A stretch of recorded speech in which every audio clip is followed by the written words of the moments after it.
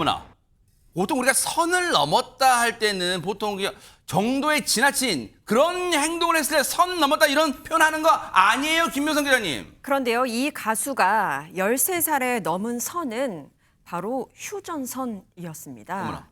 지난 2020년에 탈북민들이 출연하는 한 토크쇼에서 얼굴을 알렸고 지난해에는 트로트 오디션에서 선 넘은 가수 그리고 탈북 심청의 효녀 가수로 유명세를 탄 가수 김소연 씨인데요. 이분이에요? 네, 이 김소연 씨는 이렇게 보시는 것처럼 행사, 방송 활동 열심히 하고 있습니다. 바쁜 하루하루를 보내기까지 참 우여곡절도 많았다고 하는데요.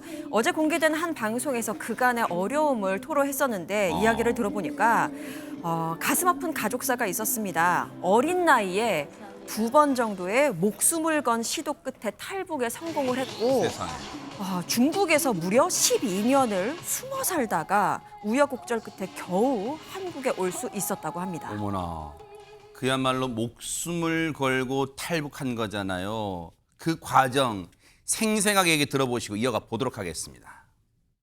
어머니가 제가 8살 때 탈북을 하셨고 아버지는 이제 만 9살 때 탈북을 하셨어요. 그래서 1년 차로 이제 탈북을 하셔서 그때부터도 혼자였죠. 그래서 이번 달은 이제 이 친척집, 다음 달은 또 다른 친척집, 그런 상황이다 보니까 항상 배고팠던 것 같아요.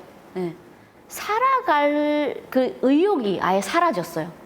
나는 태어나서부터 지금까지 사랑받았던 기억도 없고 또 행복했던 기억도 없는데 이렇게 인생을 포기하고 죽으려고 하는 내 자신이 너무 이제 가엾고 좀 억울하기도 하고 그래서 이제 결심을 하고 이제 나오게 됐죠.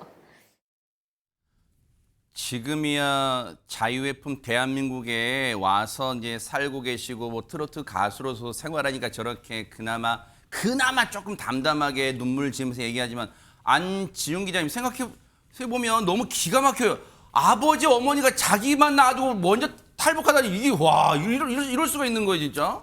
굉장히 어린 나이에 사람한테 이런 표현을 써도 될지 모르겠는데 정말 기구한 삶을 산 그러네요. 겁니다. 8살 때 어머니가 먼저 탈북을 했고요. 1, 2년 뒤 9살 때는 아버지가 탈북을 했습니다. 그러다 보니까 그때부터는 친척집을 전전하는데 정말 식모살이하면서 눈칫밥을 먹을 수밖에 없었다는 거죠. 그러다가 결국은 11살 되던 해에 할머니를 따라 탈북을 감행했는데 얼마 못 가 이 북한의 방첩기관인 보위부에 검거돼 11살 나이에 감옥에 갇히고 말았습니다.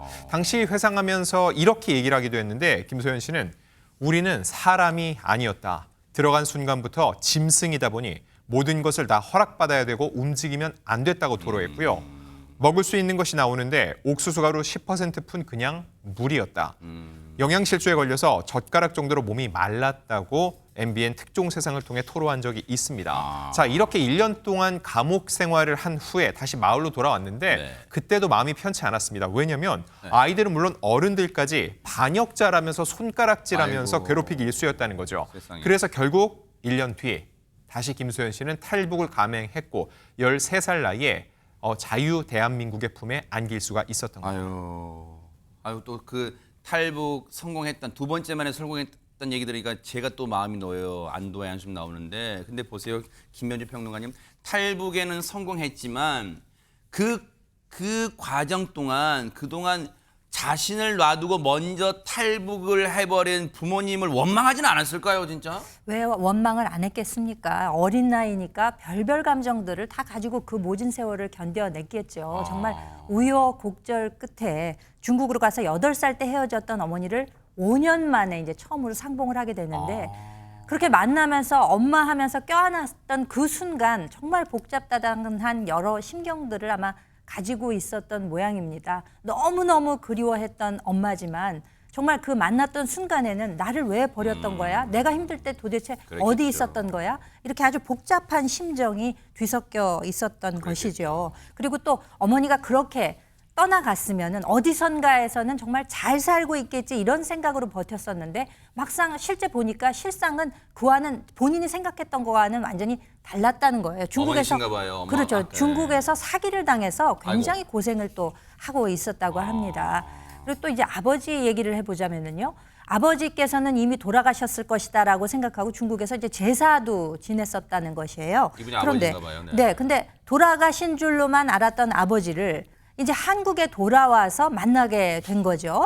한국에 온 지 6개월 만에 국정원에서 연락이 와서 아버지를 만나게 됐던 것입니다. 그러니까 무려 9살 때 헤어졌던 아버지를 25살이 돼서야 한국에서 다시 만나게 됐던 것이죠.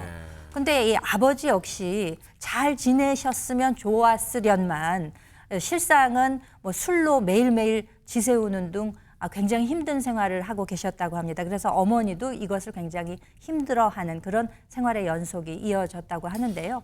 하지만 정말 생사를 모르던 그 상황에서 세 가족이 온전히 만날 수 있는 그 순간만큼은 그 어느 때보다 행복감을 느꼈다고 합니다. 10수년 만에 다시 만난 아버지와 어머니. 근데 한국에서의 삶이 막 그동안 상상하고 기대했던 거, 한국 가면 배불리 먹고 잘 살 줄만 알았던 그 삶이 딱 부모님 봤더니 여의치 않고 형편이 어렵고 한 걸 보고 마음이 편치는 않았을 것 같아요. 당연히 그럴 수밖에 없죠. 근데 우리가 아까 봤듯이 이 김소연 씨를 이렇게 불러요. 탈북 심청이 효녀 가수. 에? 이렇게 부릅니다. 그래서 사실은 이제 본인을 뭐 이런 표현이 맞을지만 버리고 떠난 부모님이잖아요. 네. 그런 감정이 복잡하다고 아까 우리 그렇죠. 얘기를 나눴는데 그럼에도 불구하고 부모님에 대한 애정과 사랑이 깊다는 거예요. 그러니까 중국에서 잘 살았으면 중국에서 엄마가 사기당했다고 그랬잖아요. 네. 사기당한 걸 보니까 너무 가슴이 아팠다는 그러겠죠. 거예요. 그래서 어머니가 사기당한 그걸 도와드리기 위해서 미용실에서 일을 하고 그다음에 장사도 하고 이렇게 돈을 벌어가지고 어머니한테 다 드렸다는 거예요. 세상에. 자기를 버리고 간 어머니를 위해서 또 자기는 노동을 해서 그 노동의 대가를 어머니에게 드렸고 아까 화면도 나왔습니다만 뿔뿔이 흩어져 있잖아요. 세 가족이 모두 다 중국, 한국 그렇게 돼 있는데 그런 상황에서 힘든 기억들 때문에 아버지는 술로 하루하루를 보내고 있었대요. 아이고. 그 상황에서 그 아버지를 찾아가서 음식도 사서 찾아가 드리고 그다음에 아버지 집에 찾아가서 딸로서 건강에 대한 우려도 왜 술 좀 그만 드시라고 아이고. 계속 술만 드시니까 건강 챙기라고 이런 얘기도 하고 그리고 이렇게 웃으면서 얘기 나눌 수 있는 그 대화를 나눌 수 있는 그 순간 그 시간이 너무 소중하다고 얘기를 하고 있습니다. 네. 선 넘은 가수. 그 선은 휴전선이어서 생사를 넘나드는 휴전선이었고 그리고 탈북 효녀 심청 가수로 불리는 김소연 씨. 김소연 씨 꿈이 뭔지 아세요? 자신처럼 꿈을 찾아 한국에 온 탈북민들에게 꿈과 희망, 용기를 주고 싶다는 거예요. 얘기 들어보시고 이어가 보도록 하겠습니다. 화려한 도시를 그리며 찾아왔네. 그곳은 춥고도 험한 곳. 머나먼 길을 찾아 여기에 꿈을 찾아 여기에 괴롭고도 험한 이 길을 왔는데 이 세상 어디가 숲인지 어디가 늪인지 그 누구도 말을 않네. 조용필 씨 노래가 대박 사건이네요. 딱 지금 김소연 씨의 상황에 맞는 그 가사 같아요. 하지만 용기 내세요. 그 노래를 통해서 조용필 씨가 그 많은 우리 국민에게 꿈과 용기를 주었던 것처럼 위기를 기회로 만드는 멋진 반전을 해낼 수 있을 거라고 믿고 뉴스파이터도 시청자분들과 함께 김소연 씨를 열심히 응원하도록 하겠습니다. 기운 내시기 바랍니다.